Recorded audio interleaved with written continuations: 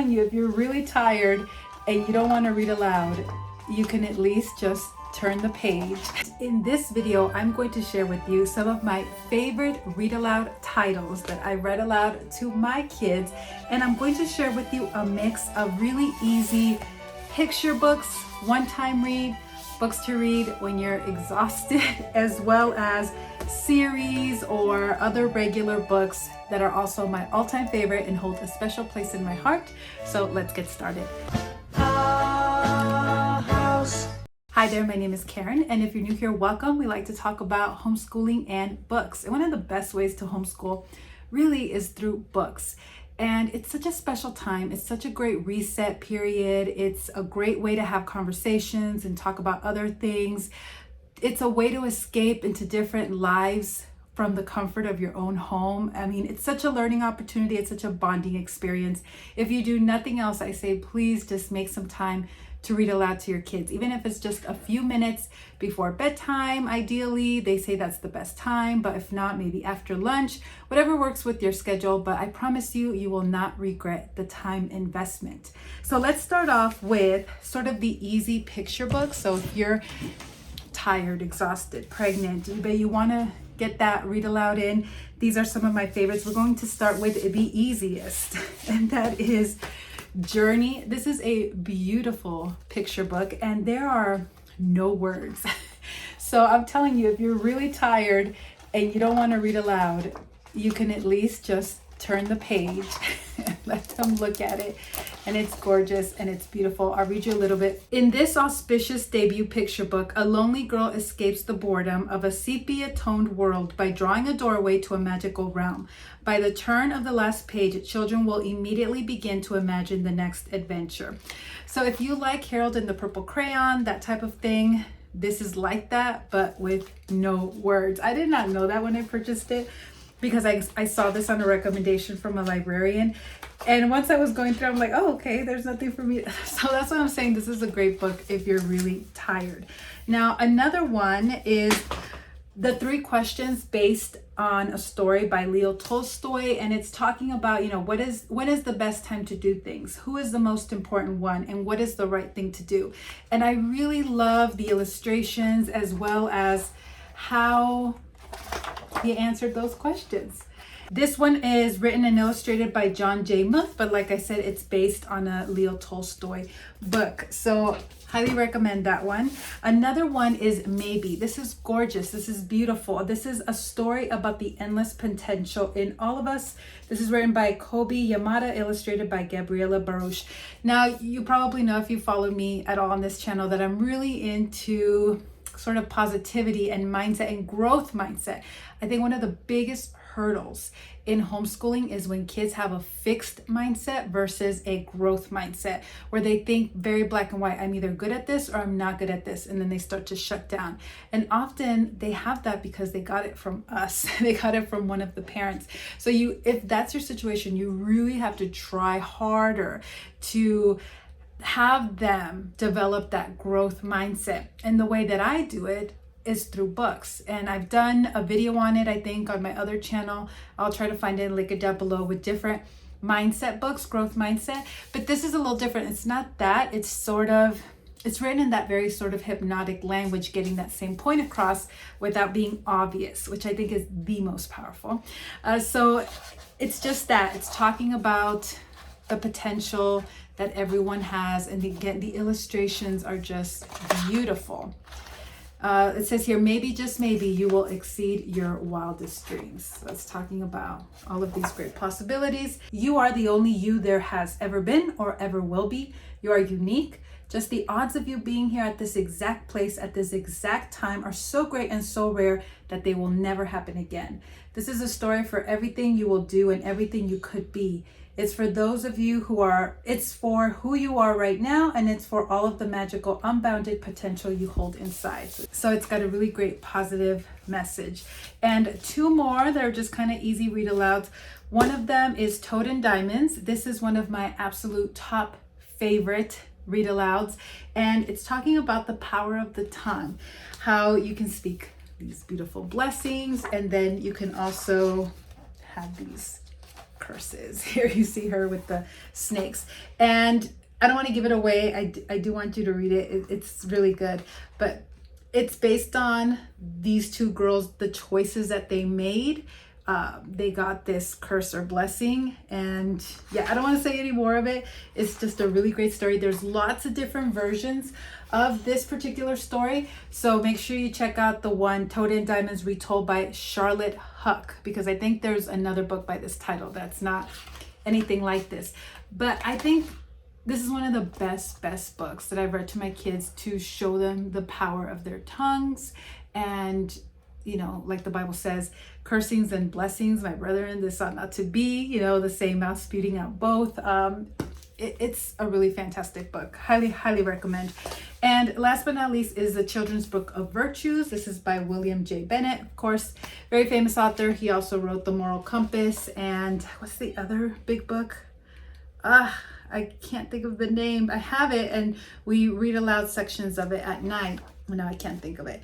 But really, you could just read like maybe one or two little stories, little poems. They're just really, I love this one. This is one of my all-time favorites. Please, you know, the please in your mouth, and he lost his please and everything. So they stick with you. The kids remember them. I know I remember them, and I have a terrible memory.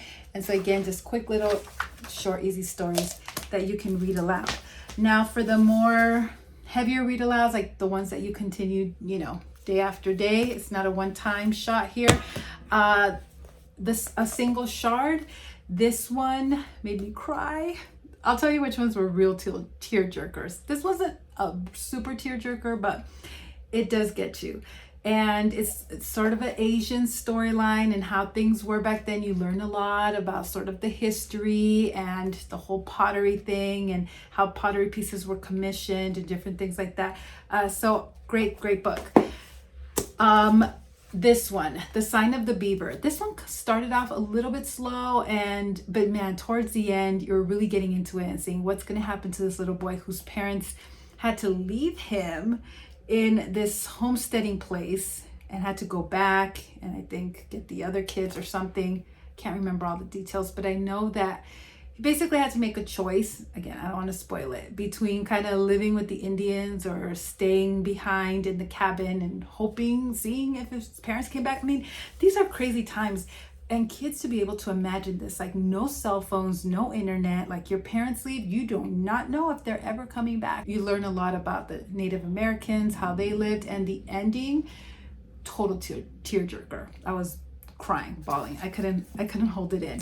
Another one this is a series. This is books 1 and 5 in one volume, and this is Tuckett's Travels by Gary Paulson. And it's Francis Tuckett's Adventures in the West, 1847 to 1849. So if you like sort of that Western expansion genre, this is more like Little House on the Prairie on steroids and more for boys, you know. It's more fast paced. There's a lot of action. You learn a lot as well. I still think about things from this book, and I read it years ago, such as, you know, if you're really starving, don't start eating, have some coffee first. That helps your stomach. And you know what? Every morning I have coffee first, and I'm not even hungry until like lunchtime. I could do like intermittent fasting. So anyhow, different things like that stuck with me, but the ending is also it's really sweet. It's, like I said, 5 books, but you'll go through it fast. You'll want to read it every night. Okay, another one of my all-time favorites is Hitti, Her First 100 Years. This is by Rachel Field. This is a great book to get your kids used to Robinson curriculum books, because a lot of the vocabulary in here I've seen on the RC vocabulary flashcards. It's the doll talking to you and explaining to you her first 100 years. It's really interesting. I don't see a lot of books like this premise, and she goes through a lot of different times, a lot of signs of the times, and at one point she's worshipped as an idol, at one point she's with the family or this or it's interesting. Like I said, great vocabulary. There's just maybe a few illustrations in here, so they're really using their imagination for most of it, and it's one that I just really enjoyed reading. I also have to include, when we talk about series, of course, Little House on the Prairie. I think this is very popular for read alouds. I think most homeschooling families go through it at least once, I would think. And you learn a lot about that time period as well, the early settlers, Western and I can't say that today. Westward expansion or Western expansion, homesteading laws, all of that. I think it really makes kids appreciative for what they have today, especially that book, The Long Winter. They're really going to be appreciative that even in winter, we can go to the grocery store and get by whatever we want, whatever we need, even fruit in the middle of winter. I do think sometimes it could be a bit slow and it's very sort of descriptive, just like The Secret Garden was. Trying to think of what other books. Hitti is like this as well. Just a lot of description of the animals and the surroundings. So if that's not your cup of tea, you might find it a bit slow. You might not like it, but you can also, kind of look ahead and skim a little bit. The other books that I mentioned, they all have a lot more action and they move faster. And to end this video, the number one of number ones, my all-time favorite read aloud ever, is The Miraculous Journey of Edward Tulane. This is illustrated by Bagram Ibatul, and it is written by Kate DiCamillo. Kate DiCamillo wrote Finding Winn-Dixie. Is it Finding Winn-Dixie? We read that one. There was Rising Tiger that she wrote. Not a fan of that one. That wasn't my favorite. She's had a lot of famous titles, but this is my all-time favorite. And it's sort of like Hitti, where this is a China rabbit, and he's documenting his life, his experience, and I really don't want to give too much away because it's so good. And I'm really not a crier. I can't think of any adult book that I've read that I've cried reading. It's only these kid books. I don't understand. I don't know, but well done, Kate DiCamillo. Fantastic story. All-time favorite. I'm looking forward to reading this again now that my younger kids are getting older. But my older kids are like, no, Mom, because I know it's kind of sad. So maybe I'll just have to read it just to the younger kids. I don't know. I really enjoyed reading, and I'm going through my poster of essential children's books, and I'm using that as a read aloud guide as well. So I will keep you posted on this channel. Make sure you are subscribed for more updates. And if you have any other bookish ideas or recommendations that you'd like for videos, please let me know in the comments down below. I love talking about books. Thank you so much for watching this video. I hope you found it helpful. If you'd like to connect with me live, I invite you to join me over at my private membership site called The Schoolhouse. There you will have access to all of my courses, RC Course for Littles, Sustainable Homeschooling 101, and How to Run Your Home Like a Franchise. You will also have access to weekly private YouTube lives where I can answer all of your questions in real time or that you previously submitted, and you can always watch the replays. It's only $15 a month and you can cancel anytime, so I hope to see you there. Talk to you soon.